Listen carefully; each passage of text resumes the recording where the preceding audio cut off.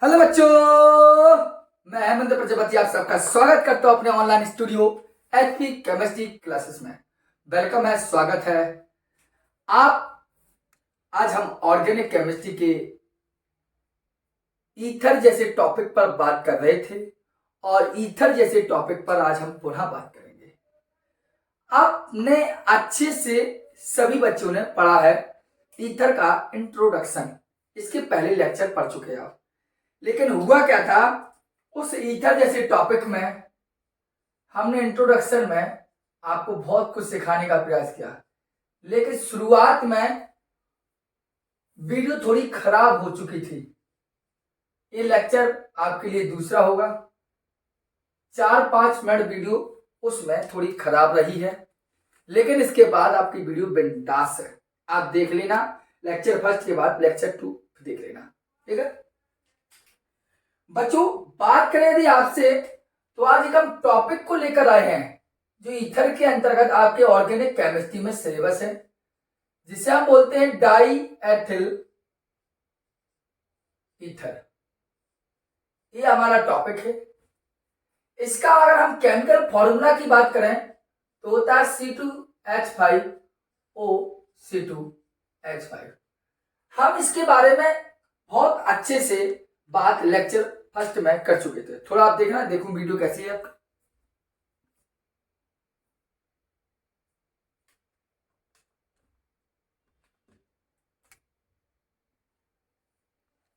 चलिए, काफी ठीक दिखाई दे रही होगी। तो हम डाईएथिल ईथर जैसे टॉपिक पर एक लेक्चर बना भी चुके हैं, आपको प्रोवाइड भी किया था। आज हम डाईएथिल ईथर टॉपिक पर बात कर रहे हैं। तो डाईएथिल ईथर के टॉपिक पर हम बात करें सर, क्योंकि इंट्रोडक्शन में मैं आपको सब कुछ समझा चुका हूं। ईथर क्या है, ईथर क्लासिफिकेशन क्या है, डाईएथिल ईथर क्या है, एथिल का एनहाइड्राइड क्यों कहा जाता है, तमाम बातें कई प्रकार की हम आपके फर्स्ट लेक्चर में कर चुका हूं। हम आपको बता दूं, लेक्चर फर्स्ट को आप देखें, फिर लेक्चर सेकंड में अवश्य आए। लेक्चर फर्स्ट में केवल 4-5 मिनट शुरुआत की आपको वीडियो खराब दिखाई देगी, थोड़ा लाइटिंग ज्यादा हो गई तो क्योंकि ध्यान नहीं दे पाया, लेकिन बाद में वीडियो आपको समझ में अवश्य आएगी, ठीक है। चलिए बात करते हैं, हम ईथर पर बात कर रहे थे। तो सबसे पहले यदि हम बात करें इसकी लेबोरेटरी मेथड पर, तो सर आएंगे हम प्रयोगशाला विधि पर कि डाईएथिल ईथर की प्रयोगशाला विधि क्या है। तो हम आपको एक कॉमन सी बात करेंगे, तो मैं कहता हूं कि इसे बोले तो डाईएथिल ईथर को इसे सतत या अविरत ईथरीकरण विधि से बनाया जाता है। मतलब कहने का मतलब बोर्ड एग्जाम में भी यही क्वेश्चन पूछा जाता है कि ईथर की सतत ईथरीकरण विधि लिखिए, या मतलब सतत ईथरीकरण के द्वारा ईथर को आप बनाइए। यहां पर वही कहा कि डाईएथिल जो है उसे सतत ईथरीकरण, सतत का मतलब है कंटिन्यूअस, लगातार चलता ही रहे चलता ही रहे चलता ही रहे, बनते रहे हमेशा, वो कंटिन्यूअस सतत ईथरीकरण। तो मैंने इसे कहा इसे सतत या आवर्त ईथरीकरण विधि से बनाया जाता है। बात समझ में आई आपके? अब सतत या आवर्त ईथरीकरण के द्वारा विधि से हम क्या करते हैं, इसको बनाते हैं। बनाते समय हम क्या करते हैं, सबसे पहले आपको बता दें, हम एथिल अल्कोहल को यहाँ लिखता हूं मैं, आगे लिखना हो आपको, आपका फेयर व्यू बनता है तो नोट। मैं कहता हूं कि एथिल अल्कोहल को क्या लिखता हूं, जब एथिल अल्कोहल को 140 डिग्री सेल्सियस पर गर्म करते हैं तब ईथर बनता है। क्या बनता है सर? ईथर बनता है। 2 पॉइंट आपने देख लिया अच्छे से कि मैंने कहा यह सतत ईथरीकरण के द्वारा बनता है, और जब एथिल अल्कोहल को आप 140 डिग्री सेल्सियस पर गर्म कर देंगे तो आपका ईथर प्राप्त होगा। आइए आगे बात करें, सेकंड की बात करें तो ये आपका है सतत ईथरीकरण। है मैंने कहा जब एथिल अल्कोहल लिया, एथिल अल्कोहल सबसे पहले क्या होता है, केवल एथिल अल्कोहल को ही 140 डिग्री सेल्सियस पर गर्म नहीं करते हैं। एथिल अल्कोहल के साथ, यहां मैंने लाइन में लिखा नहीं, मैंने कौन सी जानकारी दी है, एथिल अल्कोहल को सांद्र H2SO4 के साथ, एथिल अल्कोहल को एक्सो को यहां लिख दूंगा, एथिल अल्कोहल को सांद्र H2SO4 के साथ, ठीक। यहां से ऐसा एरो बना लेना आप, यहां लिखना है, समझ लीजिए कि जब एथिल अल्कोहल को सांद्र H2SO4 के साथ 140 डिग्री सेल्सियस पर गर्म करते हैं तब ईथर बनता है। कैसे बनेगा देखो, ये हमारा एथिल अल्कोहल है, थोड़ा नीचे लिखता हूं जिससे आपको दिक्कत ना पड़े। ये आपका क्या है, एथिल अल्कोहल है। इसकी क्रिया हमने H2SO4 से कराई, 100 डिग्री सेल्सियस लेते हैं पहले। होगा क्या, यह OH जो होता है यहां से H लेगा और जल का ये अणु निकालेगा, समझ में आई। अब क्या होगा, C2H5 है ना, C2H5। अब क्या बचा, इधर H बचा तो लिख दिया HSO4, जिसे हम बोलते हैं एथिल हाइड्रोजन और सल्फेट, जिसे हम बोलते हैं एथिल हाइड्रोजन सल्फेट बोलते हैं। बताइए बच्चों, समझ में आई मेरी बात को, इसे बोलते हैं एथिल हाइड्रोजन सल्फेट। अब इसी एथिल हाइड्रोजन सल्फेट को आप पुनः एथिल अल्कोहल के साथ अभिक्रिया करा दें, क्योंकि यहां एथिल अल्कोहल की जो मात्रा ली गई है वो अधिक ली गई है, अर्थात एथिल अल्कोहल के आधिक्य में सांद्र H2SO4 के साथ 140 डिग्री सेल्सियस पर जब गर्म करते हैं तो ईथर प्राप्त होता है। यहां पर एथिल अल्कोहल की मात्रा ज्यादा ली गई है, इस बात को आप ध्यान दें। तो जब ली गई है तो आपको कुछ करना है, कुछ नहीं है जी, आपका HSO4 जो है यहां से आएगा और H2SO4 निकालेगा। प्लस देखिए, एक C2H5 है, एक C2H5 है, O बीचों बीच बचा तो लिख दीजिए C2H5O C2H5। बताइए कोई दिक्कत हो, दो एथिल ग्रुप है तो इसे बोलते हैं डाई, और एथिल ग्रुप बोलते हैं थाइल, और क्या बोले तो ईथर, इसे बोलते हैं डाई एथिल ईथर। कंसंट्रेट, समझ में आई होगी आपको बात। बच्चों, ये जो प्रयोगशाला विधि थी ये डाई एथिल ईथर थी।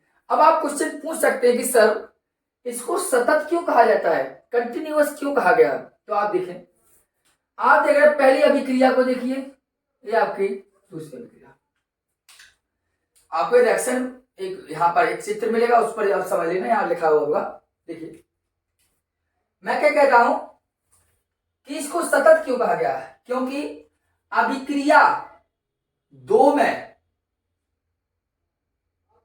अभिक्रिया दूसरी में बना H2SO4 अभिक्रिया ए में पुनः उपयोग कर लिया जाता है, और फिर यही प्रक्रिया होती है जब फिर उपयोग, बार बार उतार चढ़ाव उतार चढ़ाव उतार चढ़ाव उतार चढ़ाव होता है।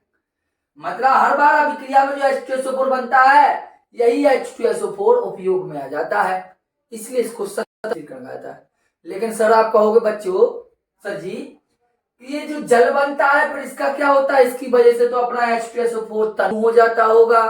तो हाँ, आपकी बात राइट है कि H2SO4 इसके कारण तनु हो जाता है, डाइल्यूट हो जाता है। जब डाइल्यूट हो जाता है तब सल्फ्यूरिक अम्ल को बदल देते हैं, क्योंकि सल्फ्यूरिक अम्ल होना चाहिए सांद्र।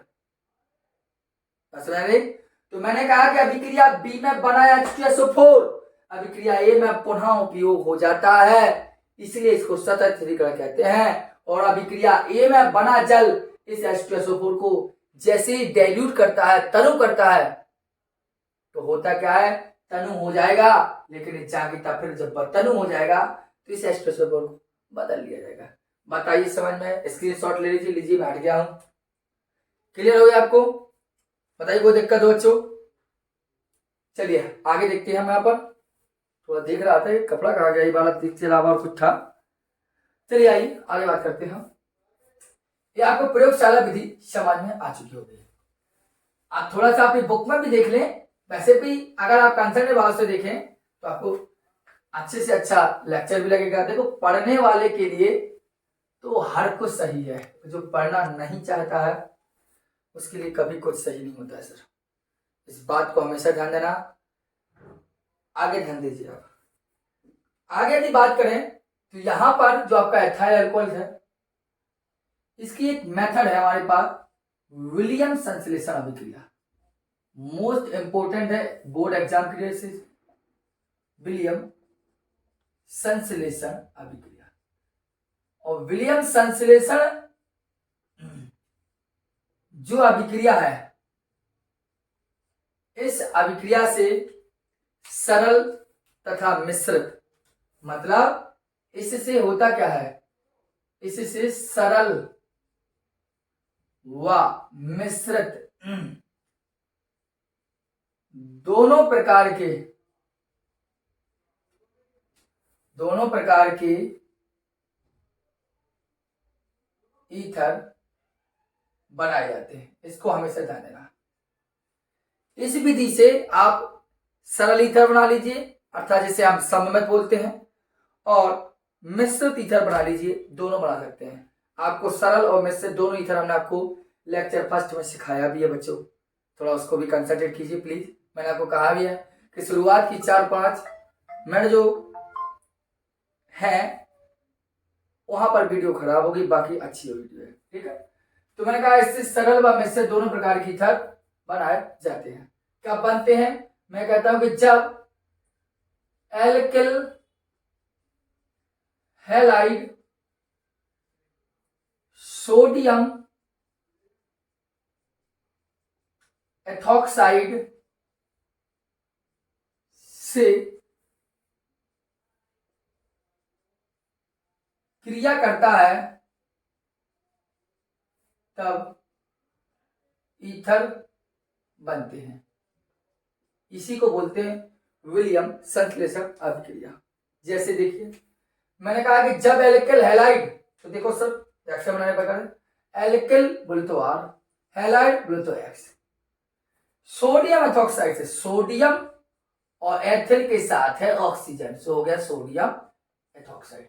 गर्म करेंगे, आप खुद जानते हैं ये Na है और ये X है, आंखें गड़ा के देखिए बच्चों, NaX हो गया, सोडियम हैलाइड। अब देखो R है ओ जे, एथॉक्साइड लिखा था, चलो ठीक है, क्या बन गया ROC2H5, बना ना ईथर। या हम ऐसा कर ले, R की जगह पर हम कोई एथिल ग्रुप ले ले और इसकी जगह पर Br ले ले, इतना तो आप समझदार हो, आपको सिखाया है मैंने बहुत ज्यादा, NaOC2H5, ठीक। तो देखो NaBr, इसे आप जानते हैं इसको क्या बोलते हैं, इसे बोलते हैं एथिल ब्रोमाइड, इसे बोलते हैं सोडियम एथॉक्साइड, ठीक। NaBr गया आपका सोडियम ब्रोमाइड, जोड़ दीजिए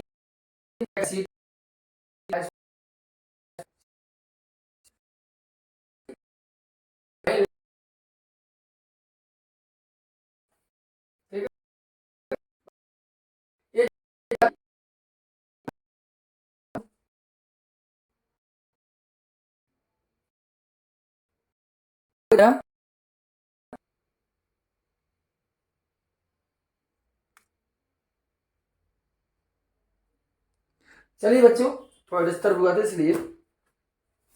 आइए आगे टॉपिक पर हम बात करते हैं, और आगे वाले टॉपिक पर बात करेंगे। ये विलियम संश्लेषण आपने पढ़ ली होगी, ये नेमिंग रिएक्शन है आपकी, इंपोर्टेंट भी है, चाहे बोर्ड एग्जाम दृष्टि से किसी से हो।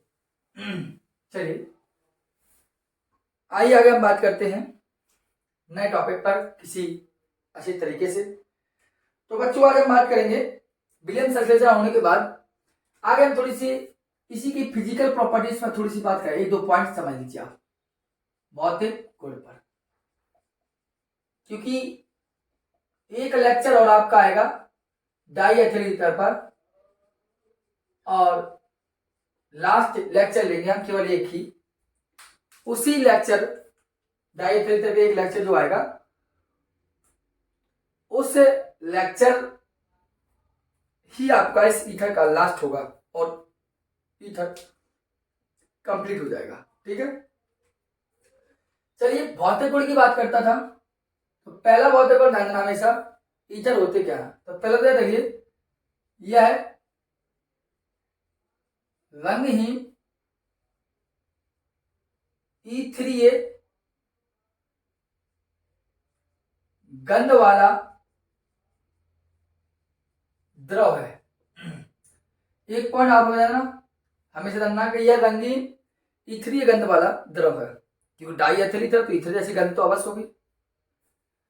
आप दूसरे पॉइंट में बताना, यह है जल में अम्लीय है। अगर इसको आप वाटर में डालते हैं, पानी में डालते हैं, तो उसमें क्या है, ये जल में अम्लीय है, मतलब उसमें घुलता नहीं है। इस बात को ध्यान देना। थर्ड पॉइंट की बात करें तो जल में अम्लीय है। और तीसरे पॉइंट की बात करें हम, तो इसका क्वथनांक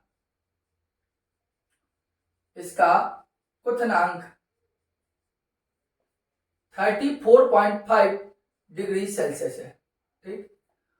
और फोर्थ पॉइंट के बारे में बात करें ईथर की फिजिकल प्रॉपर्टीज के आगे, तो अगला पॉइंट इसका क्या होगा, तो अगला पॉइंट आप सब जानते हैं कि यह है वायु के साथ विस्फोटक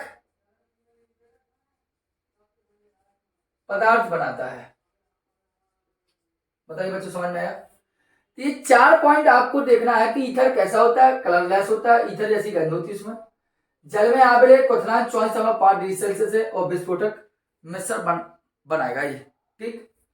अब इसकी किस केमिकल प्रॉपर्टीज पर हम बात करते हैं, आइए इसको अलग करते हैं हम। देखिए आप रासायनिक गुण पर बात करेंगे। ठीक। आइए बात करते हैं। चलिए यहां आगे ध्यान देना, रासायनिक गुण।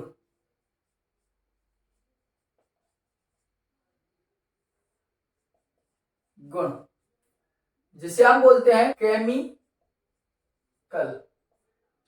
प्रॉपर्टीज। रासायनिक गुण की यदि हम बात करें तो पहला पॉइंट ध्यान देना इसका, वो है आपका हाइड्रोलिसिस, जल अपघटन। तो मैं सीधी सीधी बात करता हूं, यदि डाई एथिल ईथर उच्च ताप और जल अपघटन कराते हैं तो एल्कोहल बनता है। ये आपका और जल अपघटन होता है, हाइड्रोलिसिस कराना है किस पर, हमने कहा उच्च दाब और उच्च ताप, किसी पर क्रिया कराइए। देखो C2H5 एक तो C2H5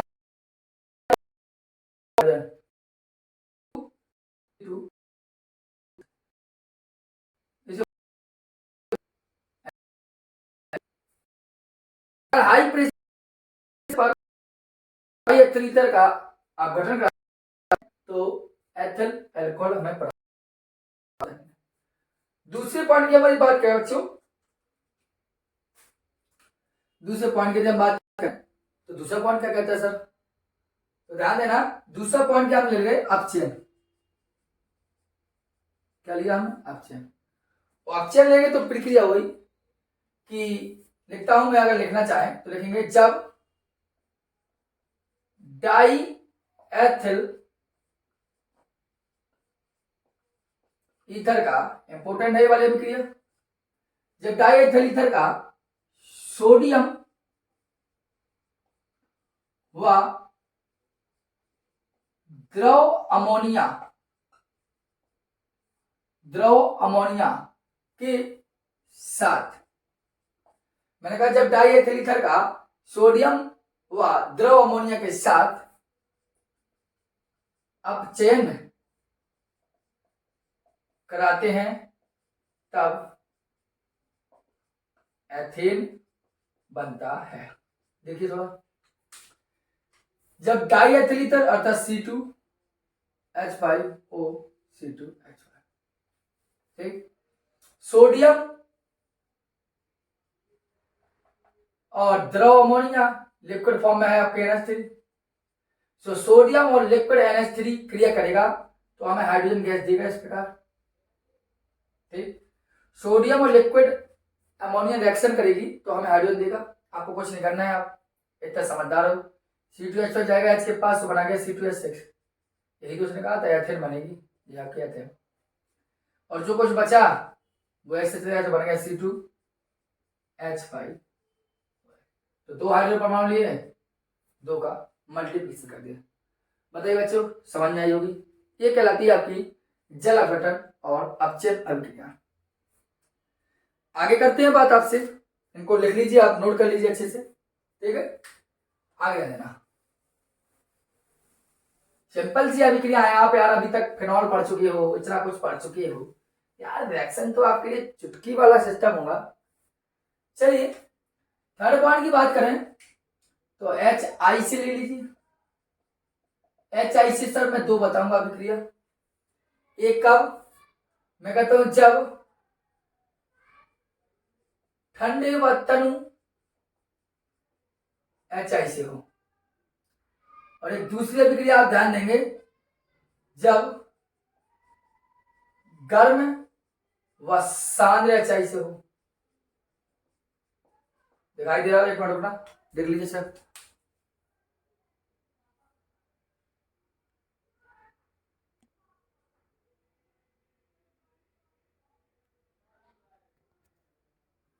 देखिए जब ठंडे व तनु HI से अभिक्रिया हो और जब गर्म है, तो पहले गर्म से बताऊंगा सर मैं।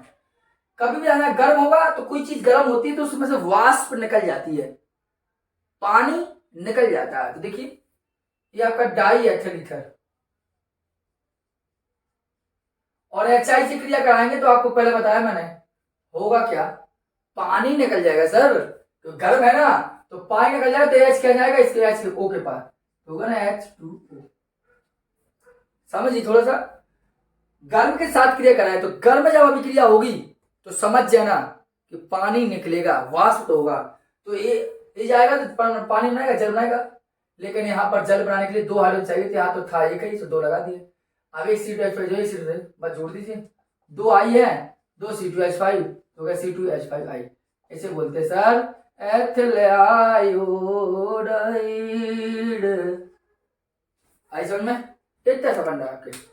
अब भाई जब ठंडे व तनु HI से करा तो ठंडा है सर, कोई पानी वानी निकलना है, कोई पानी वानी नहीं, कोई वाटर, नो लीकेज। देखिए ये डाई एथिल ईथर और या HI कोल्ड है सर, कोई लीकेज नहीं होना है, बर्फ जमा हुआ है। कैसे देखो सर, कुछ नहीं करना है आपको। एक फंडा आप उठा लीजिए C2H5 का, किसके साथ, H के साथ उठा लीजिए, नहीं गलत जा रहे हैं। एक C2H5 उठा लीजिए I के साथ और कर दीजिए C2H5I प्लस।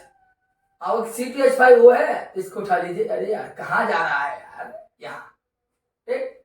तो हो गया क्या, C2H5OH बन गया एथिल आयोडाइड और एथिल एल्कोहल। समझ में ना? गर्म है तो सब पानी निकल लेंगे, तो यह जाएगा वो कुछ उठा सीधा, अब जो बचा तो लगा दिया। अब ठंडा है तो C2H5I के साथ एथिल आयोडाइड और C2H5O ऐसा C2H5OH रिवाइज कर लेना, थोड़ा सा बैक करके देखा करो थोड़ा, ठीक है। आइए फोर्थ पॉइंट की बात करते हैं सर, PCl5 से देख लो। तो देखो कुछ करना क्या है आपको, रिएक्शन सिंपल होगी।